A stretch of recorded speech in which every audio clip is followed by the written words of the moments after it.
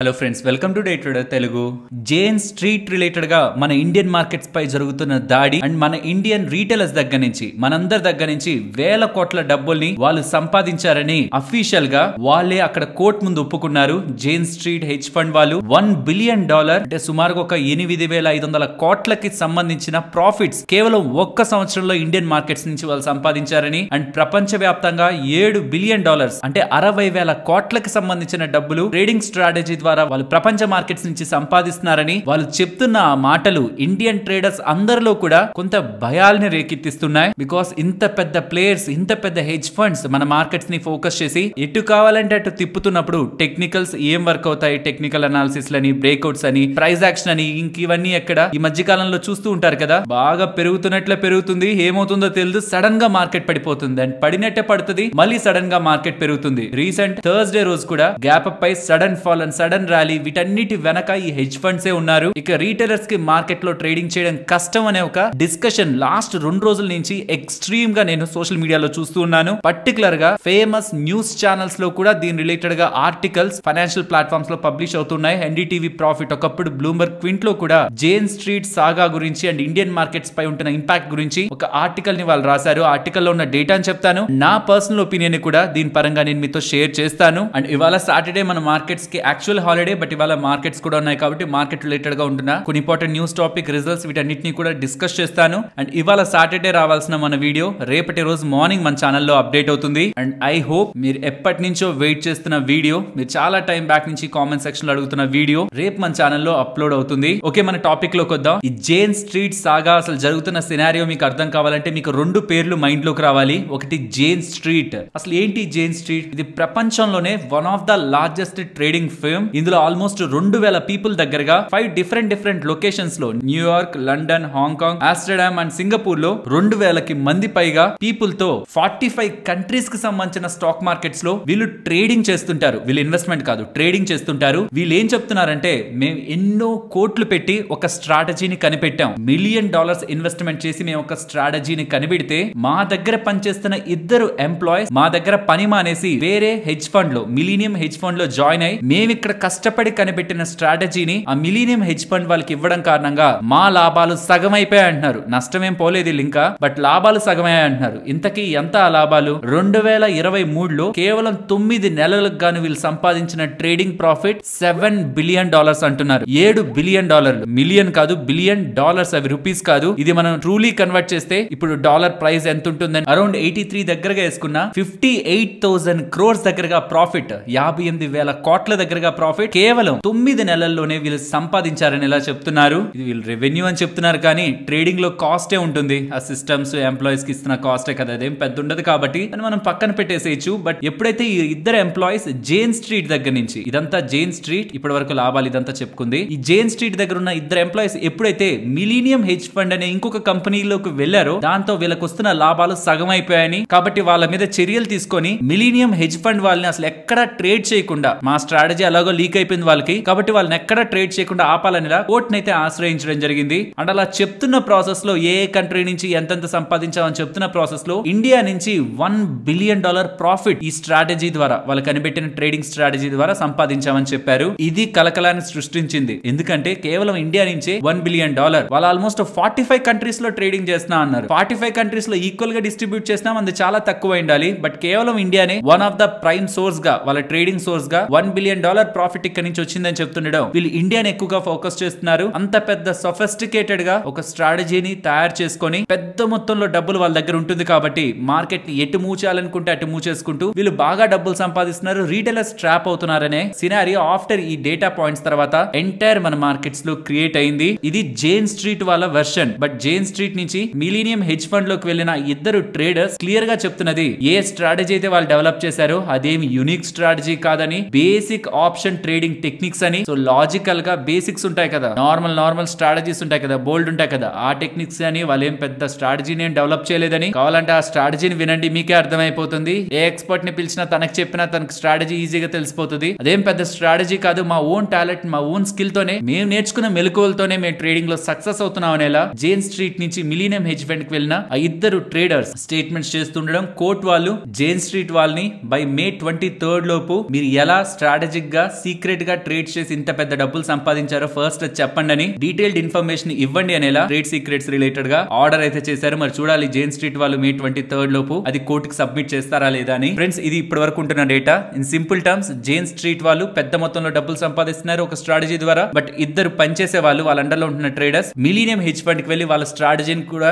Copy చేసుకుని అక్కడ apply చేస్తూ మిలీనియం హెడ్జ్ ఫండ్ వాళ్ళు ఇప్పుడు బాగా సంపాదిస్తున్నారు, మా లాభాలేమో సగం అయిపోయాయి కాబట్టి ఆ మిలీనియం హెడ్జ్ ఫండ్ వాళ్ళని బ్లాక్ చేయాలనేలా వీళ్ళు చెప్తుండడం. ఇన్ బిట్వీన్ ఆ మాటల్లో ఇండియా నుంచి కూడా $1 బిలియన్ అంటే సుమారుగా 8,300 కోట్లు సంపాదిస్తున్నాం అని చెప్పడం మన మార్కెట్స్ ని global players, big players target చేస్తున్నారని ఒక భయాలు మన మార్కెట్స్ లో క్రియేట్ అవుతున్నాయి. అండ్ ఇక్కడే పర్సనల్ ఒపీనియన్ ని షేర్ చేస్తాను. ఇప్పుడు కాదు, రైట్ ఫ్రమ్ బిగినింగ్ నుంచి మార్కెట్ లో ఇన్సైడర్ ఇన్ఫర్మేషన్ అని ఆర్ లూప్ హోల్స్ ని యూజ్ చేసి కూడా మార్కెట్ లో అందరికీ తెలిసే ముందే అందరికీ ఉంటున్న ఇన్ఫర్మేషన్ కంటే కొంతమంది పర్సనల్ గా ఎక్కువ లాభాలు పొందేందుకు మల్టిపుల్ వేస్ ని ప్రయత్నిస్తుంటారు. అందులో వీళ్ళు ఫాలో అవుతున్న వే అయితే పెద్ద మొత్తంలో డబ్బుల్ని వాళ్ళ దగ్గర పెట్టి, సపోజ్ ఇండెక్స్ లో హెవీ వెయిట్స్ ఉన్నాయనుకోండి, Reliance, HDFC bank, Kotak Mahindra bank ఇవి ఉన్నాయి. వీటిలో ఒక 1000 కోట్లకి సెల్ చేస్తారు అనుకోండి అన్నిటిని, అవి పడతాయి, నిఫ్టీ పడుతుంది. ఆ పాయింట్ లో వాళ్ళు గానీ కాల్స్ ని సెల్ చేసి పుట్స్ ని బై చేసి పెట్టుకున్నారు అనుకోండి, కాల్ సెల్లింగ్ లో లాభం, పుట్ బయింగ్ లో లాభం. ఎప్పుడైతే మార్కెట్ పడుతుందో ఆ పాయింట్ లో వాళ్ళు ఆప్షన్స్ నుంచి ఎగ్జిట్ అయ్యి మళ్ళీ వాళ్ళు ఏదైతే సెల్ చేశారో తిరిగి బై చేసేస్తే స్టాక్స్ నుంచి, మళ్ళీ ఆ స్టాక్స్ రికవర్ అయిపోతాయి, మార్కెట్ రికవర్ అయిపోద్ది, వాళ్ళకేం పెద్ద నష్టం ఉండదు. వాళ్ళు సెల్ చేసిన దాన్ని ఫ్యూచర్ లో హెడ్ చేసుకునే సెల్ చేస్తుంటారు. కానీ ఈ లోపు వాళ్ళు సెల్ చేసిన కాల్స్ అండ్ పుట్స్ లో వాళ్ళకి లాభం వచ్చి ఉంటుంది కదా. సింపుల్ టర్మ్, వాళ్ళు స్టాక్స్ లో సెల్ చేస్తారు, ఫ్యూచర్స్ లో బై చేస్తారు.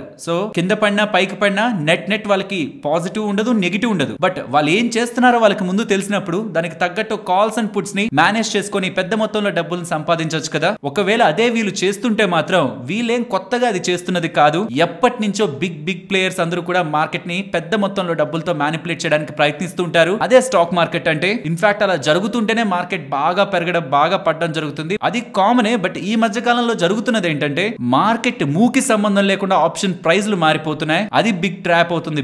బిగ్ విక్స్ వస్తున్నాయి. దానికి ప్రైమ్ రీజన్ అంతా మార్కెట్ లో లిక్విడిటీ లేకపోవడం వల్ల. లిక్విడిటీ చాలా డ్రైగా ఉంటుండేసరికి ఆ విక్స్ ఎక్కడికో వెళ్ళిపోతున్నాయి, ఇంట్రెన్సిక్ వాల్యూని కూడా దాటేసి వెళ్ళిపోతున్నాయి. సో మన మార్కెట్స్ లో ప్రెసెంట్ ఏదైనా స్ట్రాంగ్ ప్రాబ్లం ఉందంటే అది లిక్విడిటీ ప్రాబ్లం అని నేను బిలీవ్ చేస్తాను. అండ్ ఈ జేన్ స్ట్రీట్ వాళ్ళు కానీ, మిలియనియం హెడ్జ్ ఫండ్ కానీ, రేపు ఇంకో హెడ్జ్ ఫండ్ కానీ, ఇంకెవరైనా కానీ మార్కెట్ లో వాళ్ళు ఏం చేయగలరు? వాళ్ళు కొనాలనుకుంటే కొనగలరు, అమ్మాలనుకుంటే అమ్మగలరు. కానీ రీటైలర్స్ ఏం చేస్తున్నారు? అందరూ రీటైలర్స్ బై సైడ్ లేకపోతే అందరూ రీటైలర్స్ సెల్ సైడ్ ఉండరు కదా. నలుగురు బై సైడ్ ఉంటే నలుగురు సెల్ సైడ్ ఉంటారు. సో కరెక్ట్ గా రీటైలర్స్ చేసేదానికే వాళ్ళు ఆపోజిట్ గా చేసి రీటైలర్స్ అందరినీ ట్రాప్ చేస్తున్నారు అనుకోవడం రాంగ్. వాళ్ళు మార్కెట్స్ ని మ్యానిపులేట్ చేయాలని ప్రయత్నిస్తూ ఉండొచ్చు. బట్ అందులో రీటైలర్స్ లాభపడే వాళ్ళు ఉంటారు, నష్టపోయే వాళ్ళు కూడా ఉంటారు. వాళ్ళు పడేద్దాం అనుకున్నప్పుడు రీటైలర్స్ లో పుట్స్ కొన్న వాళ్ళు ఉంటారు, పెంచుదాం అనుకున్నప్పుడు కాల్స్ కొన్న వాళ్ళు ఉంటారు. ఎందుకంటే మార్కెట్ లో అందరూ ఒకే సైడ్ ఎప్పుడు కూర్చోరు కాబట్టి మొత్తం రీటైలర్స్ ని ఆర్ మొత్తం ఇండియన్ మార్కెట్స్ ని వీళ్ళు వచ్చే ట్రాప్ చేస్తున్నారు అనుకోవడం, ప్రెసెంట్ ఇదేదో కొత్తగా జరుగుతుంది అనుకోవడం కరెక్ట్ కాదు. ఇది ఎప్పటి నుంచో జరుగుతున్న సినారియోసే. బిగ్ ప్లేయర్స్ పెద్ద మొత్తంలో స్టాక్స్ ని అమ్ముతూ ఉంటారు, కొంటూ ఉంటారు. మనం black deal, bulk deal section లో చూస్తే ఇన్ రియాలిటీలో డెలివరీకి తీసుకునేది కొంతమందే ఉంటారు. అప్పుడే అమ్మడం జస్ట్ కొన్ని పైసలు తేడాతో కొనేసారని ఎలా డేటా కనిపిస్తుంటది. అది నథింగ్ బట్ మార్కెట్ ని మ్యానిపులేట్ చేయాలని ప్రయత్నిస్తూ ఉండడమే. బట్ అది రాంగ్ అనుకుంటే సెబీ వాళ్ళు, NSE వాళ్ళు దీని రిలేటెడ్ గా ఏదో ఒక రూల్స్ తీసుకొచ్చి మార్కెట్ లో అంత వోల్టాలిటీ లేకుండా వాళ్ళు రిస్ట్రిక్షన్స్ ని తీసుకొచ్చుండొచ్చు. బట్ అది ఇప్పటి వరకు ఇల్లీగల్ అయితే కాలేదు మార్కెట్ లో. లెట్స్ సీ రేపు ఎప్పుడైనా సెబీ వాళ్ళు, NSE వాళ్ళు ఆప్షన్స్ ని కొని మార్కెట్ ని మూవ్ చేసి మళ్ళీ ప్రాఫిట్స్ బుక్ చేసుకొని మళ్ళీ మార్కెట్ లో ఏదైతే పొజిషన్ ప్రీవియస్ గా క్రియేట్ చేస్తుంటారో అది స్క్వేర్ ఆఫ్ చేసుకోవడం ఇల్లీగల్. అలాంటివి చెయ్యొద్దని ఎలా ఏదైనా రూల్స్ తీసుకొస్తారా అని ఏదైతే చూడాలి. ప్రెసెంట్ అయితే అలాంటివి ఏమి లేవు. అండ్ దీనిపై మీ ఒపీనియన్ ఏంటి? ఇలా జరుగుతుండడం కారణంగా ఇలా పెద్ద మొత్తంలో మనీతో స్టాక్స్ ని ఇంపాక్ట్ చేసి ఫ్యూచర్స్ లో అండ్ ఆప్షన్స్ లో గెయిన్ అవుతున్న వాళ్ళపై మన ఇండియన్ రెగ్యులేటర్ అయిన సెబీ వాళ్ళు కానీ, NSE వాళ్ళు కానీ రిస్ట్రిక్షన్స్ పెట్టాలని మీరు అనుకుంటున్నారా? అలా చేస్తే డెఫినెట్ గా మార్కెట్ వోల్టాలిటీ తగ్గుతుంది. బట్ అది రెగ్యులేటర్ గా సెబీ వాళ్ళు తీసుకోవాల్సిన డెసిషన్. చూడాలి మరి ఫ్యూచర్ లో సెబీ వాళ్ళు ఎటువంటి డెసిషన్స్ ని. ఇలా ఇప్పుడు మార్కెట్ లో దీని గురించి స్పెక్యులేషన్ జరుగుతుంది కాబట్టి ఏదైనా వర్డ్ తీసుకొస్తారని మీ ఒపీనియన్ కూడా కామెంట్ సెక్షన్ లో షేర్ చేయండి. ఫ్రెండ్స్, ఇలా న్యూస్ అప్డేట్స్ ని అనాలిసిస్ చేస్తూ మీ ముందుకి కంటెంట్ తీసుకురావడానికి మేం పెడుతున్న ఎఫర్ట్స్ మీకు వాల్యుబుల్ గా అనిపిస్తూ ఉంటే మన వీడియోని తప్పకుండా లైక్ చేయండి. సెన్సెక్స్ 89 పాయింట్స్ గెయిన్ అయి 74,006 దగ్గర క్లోజ్ అయితే, నిఫ్టీ 36 పాయింట్స్ గెయిన్ అయి 22,502 దగ్గర క్లోజ్ అయింది. వెరస్ బ్యాంక్ నిఫ్టీ 84 పాయింట్స్ గెయిన్ అయి 48,199 దగ్గర క్లోజ్ అయింది. ఇవాల్టి మార్కెట్స్ ఒక ప్రైస్ యాక్టివిటీ ఓపెనింగ్ దగ్గర నుంచి కొంత మార్కెట్స్ ఫ్లాట్ గా ఉంటూ లిటిల్ పాజిటివ్ గా మార్కెట్స్ ఎండ్ అయ్యాయి.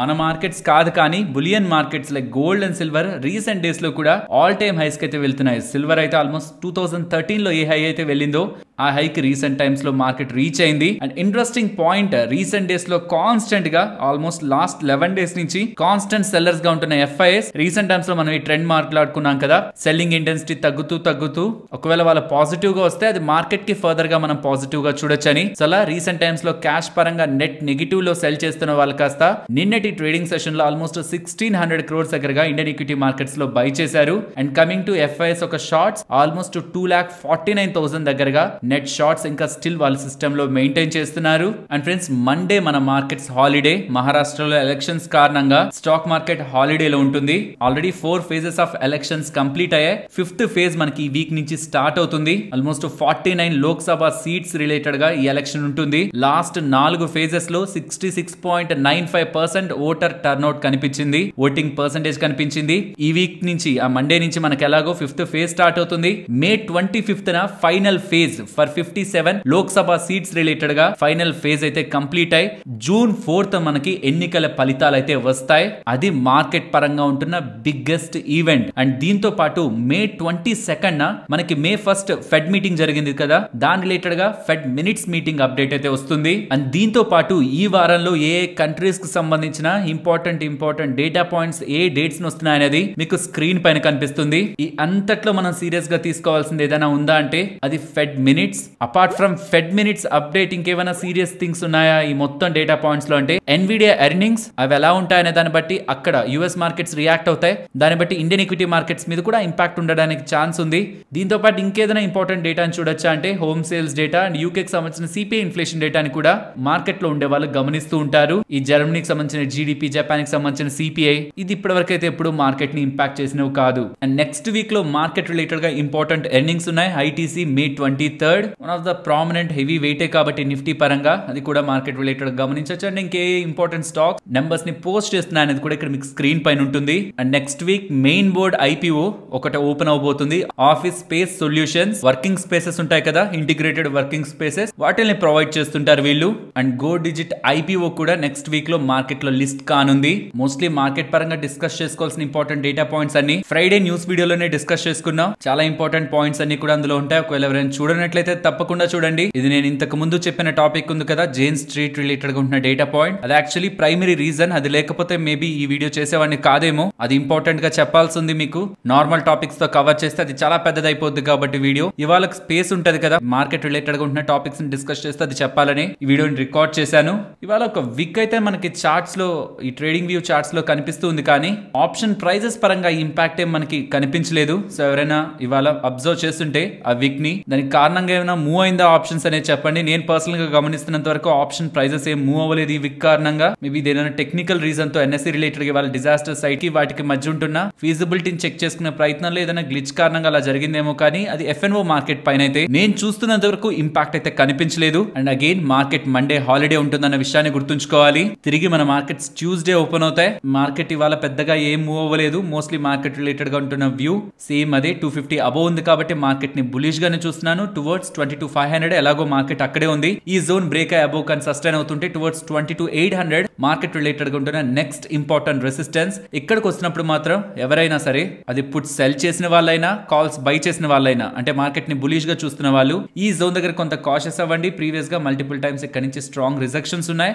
ఈ జోన్ అబౌవ్ మార్కెట్ క్లోజ్ అవుతుందన్న కన్ఫర్మేషన్ వచ్చిన తర్వాత ఫర్దర్ బులిష్ యాక్టివిటీని కంటిన్యూ చేయొచ్చు. ఫ్రెండ్స్, ఇలా మార్కెట్ లో ఉంటున్న ఎంటైర్ డేటాను అనాలిసిస్ చేస్తూ వీడియోని మీ ముందుకు తీసుకొని రావడానికి మేము పెట్టిన ఎఫర్ట్స్ మీకు వాల్యుబుల్ గా అనిపిస్తూ ఉంటే తప్పకుండా లైక్ చేయండి. ఫస్ట్ నెస్లే గురించి మాట్లాడుకోవాలి. ఐ థింక్ గత 30 సంవత్సరాల్లో ఎప్పుడు కూడా ఇలా నాకు తెలిసి ఇండియన్ స్టాక్ మార్కెట్ చరిత్రలోనే ఇప్పటి వరకు ఎప్పుడు పేరెంట్ కంపెనీ తన సబ్సిడరీ ద్వారా డబ్బులు తీసుకోవాలని ప్రయత్నిస్తే ఇండియన్ షేర్ హోల్డర్స్ రిజెక్ట్ చేసిన చరిత్ర మనకి లేదు. ఇండియన్ షేర్ హోల్డర్స్ రిజెక్ట్ చేశారు, లోకల్ షేర్ హోల్డర్స్ రిజెక్ట్ చేశారని మనం ఎప్పుడు కూడా వినుండం. నెస్లే మీకు తెలిసే ఉంటుంది. అది మన ఇండియన్ కంపెనీ కాదు, స్విట్జర్లాండ్ కి సంబంధించిన కంపెనీ. ఆల్మోస్ట్ 80 కంట్రీస్ లో తన బిజినెస్ ని చేస్తుంది. వీళ్ళ బిజినెస్ మోడల్ ఎలా ఉంటుందంటే స్విట్జర్లాండ్ లో పేరెంట్ కంపెనీ ఉంటది, వాళ్ళేమో ఇండియాలో ఒక సబ్సిడరీని పెడతారు. ఇండియాలో నెస్లే ఇండియా ఉంది కదా, లిస్టెడ్ కంపెనీ, దాన్ని పెడతారు. ఇప్పుడు ఈ ఇండియాలో ఉంటున్న కంపెనీ ఏం చేస్తుందంటే ఇండియన్ ఆపరేషన్స్ అంతా చూసుకుంటూ ఆ ప్రొడక్ట్స్ ఏంటి ఇండియన్ కంపెనీ ఇన్నోవేట్ చేసినవా కాదు, స్విట్జర్లాండ్ కి సంబంధించిన నెస్లే వాళ్ళు ఇన్నోవేట్ చేసినవి. వాళ్ళ దగ్గర నుంచి ప్రొడక్ట్స్ వీళ్ళు కొనుక్కుంటూ వాళ్ళ బ్రాండింగ్ తో ఇక్కడ అమ్ముతూ వచ్చిన దాంట్లో మొత్తం వచ్చిన డబ్బుల్లో రాయల్టీని పే చేస్తారు. రాయల్టీస్ అంటే మా బ్రాండ్ వాడుకుంటున్నారు, మా ఫార్ములేషన్స్ వాడుకొని డబ్బులు సంపాదిస్తున్నారు కాబట్టి రాయల్టీని పే చేయమని అడుగుతారు. ఇప్పటి వరకు నెస్లే ఇండియా వాళ్ళు ఎంత రాయల్టీస్ ని పే చేసే వాళ్ళు తెలుసా? 4.5%. అదేంటి అంత తక్కువ అని మీరు అనుకోవచ్చు. అది సేల్స్ మీద, ప్రాఫిట్ మీద కాదు, సేల్స్ మీద. దాని తర్వాత వాళ్ళ ఆపరేషనల్ కాస్ట్లు, రా మెటీరియల్ కాస్ట్లు, ట్రాన్స్పోర్టేషన్ కాస్ట్, అడ్వర్టైజ్మెంట్ ఇవన్నీ పోను వీళ్ళకి మార్జిన్స్ లో మిగిలేది చాలా తక్కువే. 4.5% తీసుకోవడమే కొంచెం ఎక్కువ నా దృష్టిలో. బట్ దాన్ని కూడా పెంచుకోవాలని ప్రయత్నిస్తూ ప్రతి ఇయర్ 0.15% లెక్కన పెంచుతూ ప్రెసెంట్ ఉన్న 4.5% ని 5.25% కి పెంచుతారు అనేలా పేరెంట్ కంపెనీ డెసిషన్ తీసుకోవడం, దాన్ని ఇండియాలో ఉంటున్న కంపెనీ ఇండియన్ షేర్ హోల్డర్స్ ముందు పెట్టేసరికి ఇక్కడ క్లియర్ గా మీరు గమనించొచ్చు.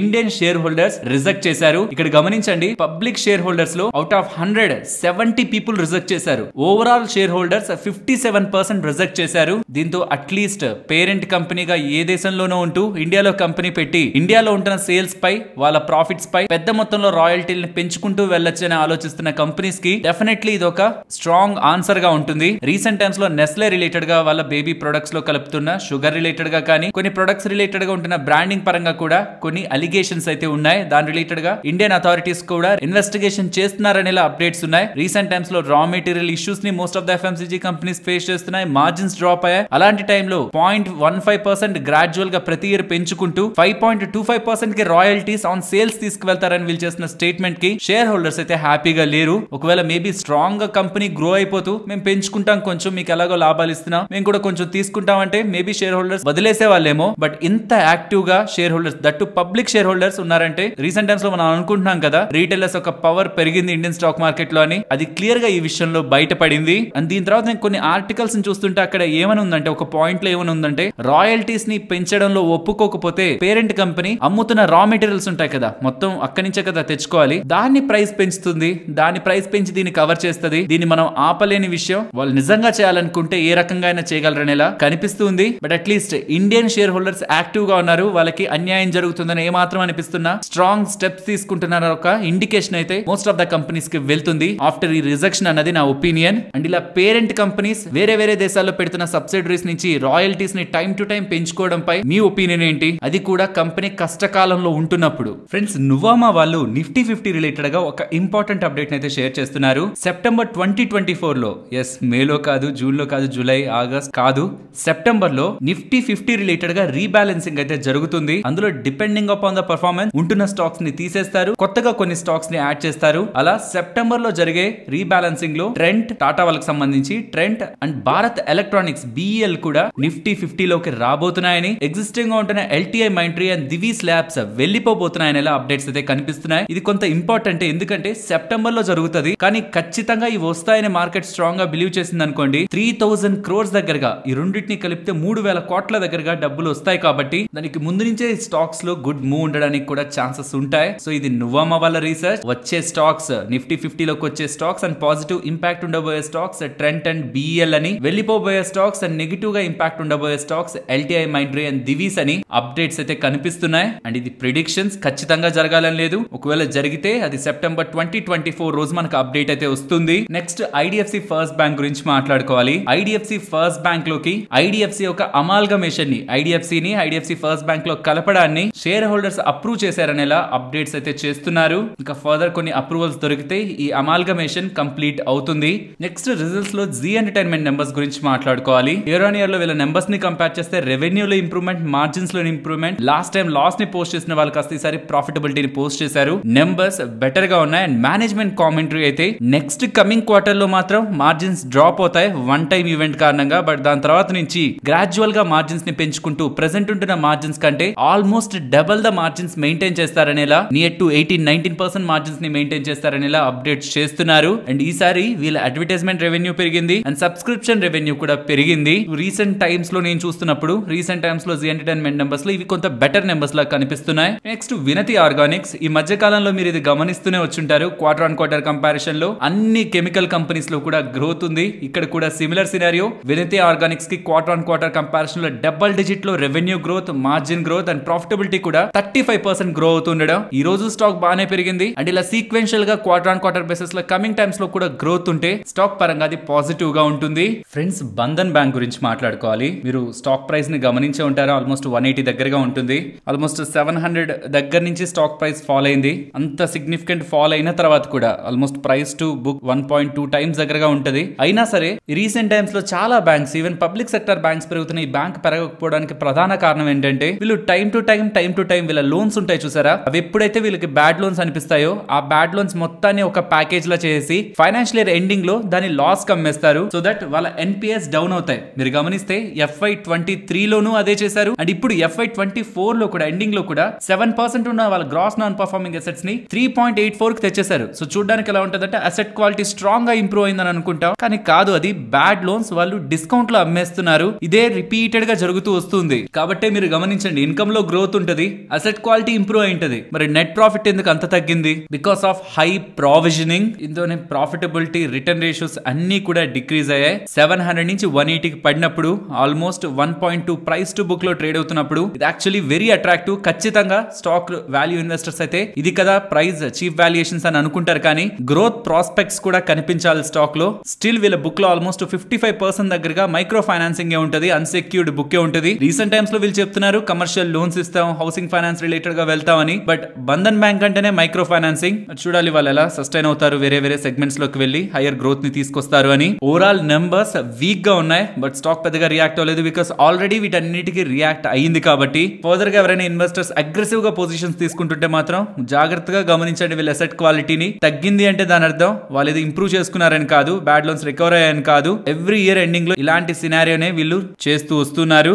Next Balkrishna Industries, tyre manufacturer. పెద్ద ట్రక్స్, వెహికల్స్ ఉంటాయో వాళ్ళకి టైర్స్ తయారు చేసే వీళ్ళు ఎంటైర్ ఈ టైర్ కంపెనీస్ రిలేటెడ్ గా వచ్చిన నెంబర్స్ అన్నిట్లో కల్లా ద బెస్ట్ నెంబర్స్ ని డెలివర్ చేశారు. రెవెన్యూస్ లో గ్రోత్, మార్జిన్స్ లో స్టెబిలిటీ, ప్రాఫిటబిలిటీలో స్ట్రాంగ్ గ్రోత్ తీసుకొస్తుండడం. టైర్ మేకర్స్ లో వీళ్ళది strong numbers. Next Sudarshan Chemicals వాళ్ళైతే ఎక్స్ట్రాడినరీ నెంబర్స్ ని పోస్ట్ చేశారు. Because quarter on quarter comparison మనం చూస్తూ వస్తున్నాం గ్రోత్ నే స్పెషాలిటీ కెమికల్స్ అని, కానీ ఇక్కడ ఇయర్ ఆన్ ఇయర్ కంపారిజన్ లో కూడా స్ట్రాంగ్ గ్రోత్ ని వీళ్ళు డెలివర్ చేశారు. Revenues, margins, profitability across all segments good growth ఈ స్పెషాలిటీ కెమికల్ కంపెనీ పోస్ట్ చేసింది.